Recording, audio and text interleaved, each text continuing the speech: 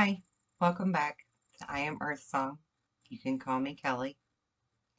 I just want to cover a little bit more about shadow work because this is a very important topic for people to understand. It is not always or only or exclusive to going within and doing work that needs to be um, corrected within you, per se. It can also be about spiritual growth of your abilities, okay? Like your gifts, your talents, the things that you psychically, naturally can do. You just don't know that you can do them yet. Sometimes doing shadow work actually means to go within and reflect and learn from or learn how to improve your abilities. Not necessarily to correct something that would be viewed as a flaw per se. Shadow work is not a bad word.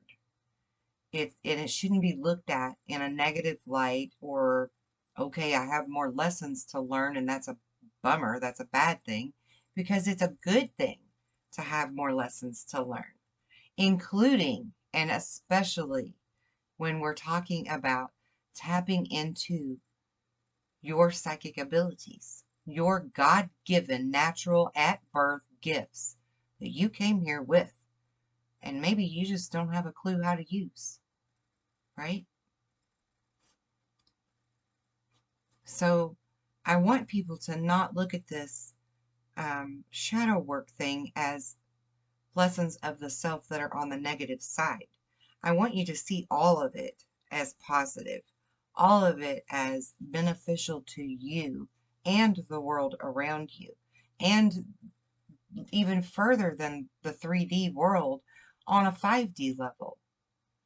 Um, when you understand yourself, you not only better understand humanity, you understand the physics of nature.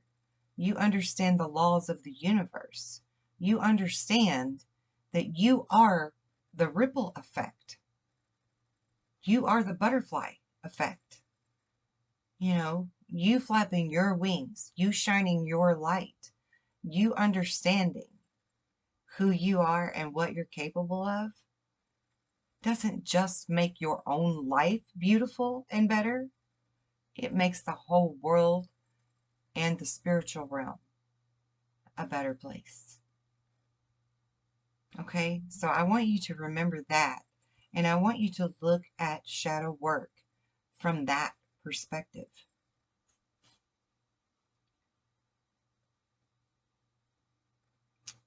We all have lessons to learn, so do your work, learn your lessons that will strengthen you, strengthen your talents, your gifts, your ability, your clarity, and your creativity.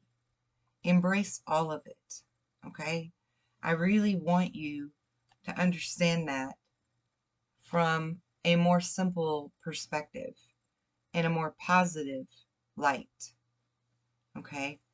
And another small snippet I want to add to this conversation is that people talk about how they feel like they're born into the wrong body, and that's why they're attracted to people of the same gender as them. Um, or maybe they just don't feel comfortable in this body, but they are attracted to the opposite gender. Okay? The point here is that a lot of people feel like they're not meant to be in the body they're in. And I want to help you to understand that you are born into exactly the body you were meant to be born in, because first of all, God doesn't make mistakes. But second of all, neither does your soul. And your soul chose this body, whether you understand that yet or not. There were lessons to be learned in this lifetime, on this plane, in this dimension, from you being in this body that you're in. Okay? Maybe in many of your past lives, you were a male. And so you relate and understand and feel more comfortable in the male perspective, right? The divine masculine's perspective. And then in this life, you were born into a female body and it doesn't feel comfortable to you, or you never understood as a child why you felt so different and you didn't feel comfortable in your own skin and etc.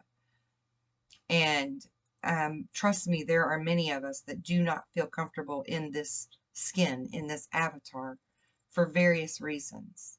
Because on a soul level, we all know that this body that we're in, this tangible, physical, 3D manifested form, is not our true self. Okay, so we're not comfortable in it. When I was a child, I used to tell my parents that I felt like this little mech warrior person inside of my eyes, and I could see out of the eyes, the windows of this body, and it felt big and clunky, and I felt so tiny inside of there, so small, and I was really seeing things from a larger perspective than just, these two eyes see things from. I was already seeing it from my third eye's perspective as a child, and I was very aware of it, and it made me very, very uncomfortable with this body that I was in, that felt very large and clunky to me.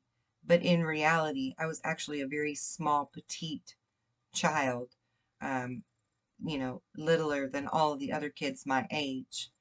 But inside of me, inside of this body, this avatar, was that soul that was looking out through these cockpits, that was very aware that this body was much bigger than the compartment of my soul that I was inside of there. And it felt very strange to me because I was used to being free and big on my own, without physical form. So we all struggle with that, but I want you to, if there are any of you out there who feel like you hate your body because you feel like you were born into the wrong gender, or for any other reason, do not hate it, please. I am begging you to look at this from a new perspective, with a new eye, your third eye, your soul's eye. See it from that level and understand that there are lessons to be learned on this plane by having this avatar. Lessons that we can benefit other souls that are in avatars by learning ourselves, or lessons for the self, for the soul, for its ascension and elevation into the higher planes, where we all hope to go, and some call heaven, eventually back to the one. We all have lessons, and they're not all easy lessons, but some are very fun, very happy, very positive lessons. So I want you to please think about that as well, and be grateful for your lessons and find your blessings in those lessons, rather than hating the way that you look or feel within your body. I want everyone to love themselves first. And if we're really ever going to do that, we have to realize that stereotypes, and including gender stereotypes, or, visual stereotypes, what we should look like, what we should act like, all these societal norms that are really not very normal at all. They were all put in place to confuse the soul. They are the trickster energy that the Cherokee and the Navajo and several other native elders speak of. So please be aware of that. Awaken your soul enough to understand that, so that you can push all of those aside and you can really learn to integrate into this physical form, this avatar that you have currently, and know that you can go forth in a very loving way for yourself first, and then for humanity and the earth and all of the souls and beings that come from the one, so that we can, as a collective, first learn to love ourselves, because that is the first lesson, and it's usually the one that we don't learn until last, ironically. But it is to be the first lesson before you can really kickstart everything else that you've learned and that you know you can do about who you are.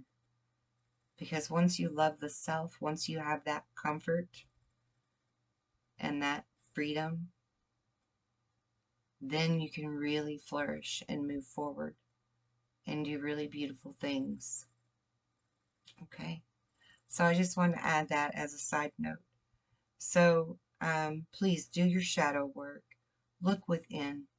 Tap into your psychic abilities that God gave to all of us. We all have those qualities. We all have that spark.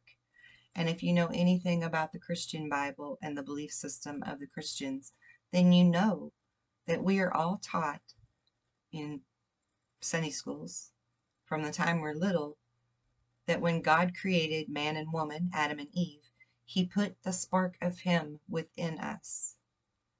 He's a brilliant creator and very intelligent.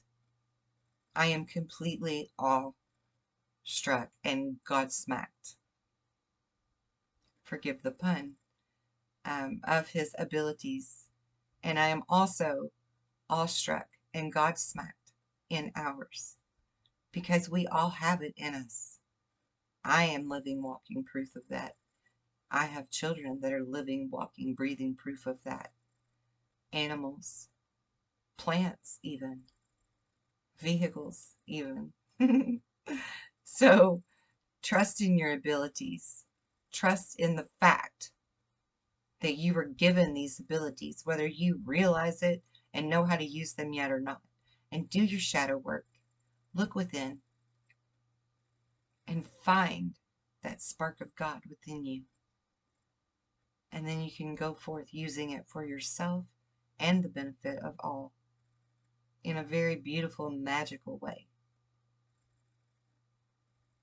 I'll be back again soon to help teach you how to do that. Godspeed to you. I love you. Be well and be blessed in love and light.